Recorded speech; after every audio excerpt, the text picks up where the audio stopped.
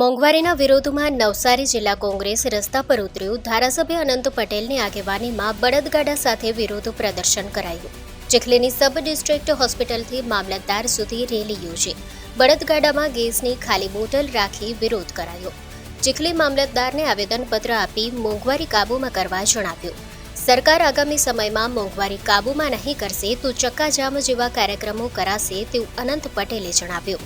મોંઘવારી વિરુદ્ધ પ્રદર્શનમાં મોટી સંખ્યામાં કોંગ્રેસી કાર્યકરો જોડાયા હતા।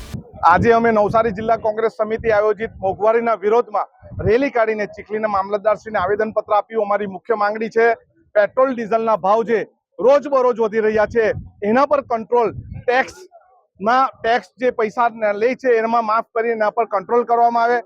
ગેસના સિલિન્ડરના ભાવ જે વધારવામાં આવ્યા છે અને કમર્શિયલ ગેસના ભાવ વધારવામાં આવ્યા છે એના પર કોઈ પણ ભોગે ઓછો ભાવ કરવામાં આવે। સ્કૂલ ચાલુ છે, સ્ટેશનરીનો ભાવ તેમજ નોટબુક અને ચોપડાનો ભાવ વધી રહ્યો છે એના ભાવ પર કાબૂમાં કરવામાં આવે એવી માંગણી અમે બળદગાડા સાથે રેલી કાઢીને કોંગ્રેસના કાર્યકર્તા સાથે અમે આવેદનપત્ર આપ્યું।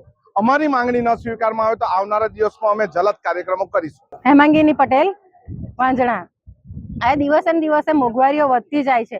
તેલના ભાવ વધે છે, પેટ્રોલના ભાવ વધે છે। આ સરકાર શું કરે છે અત્યારે હાલમાં?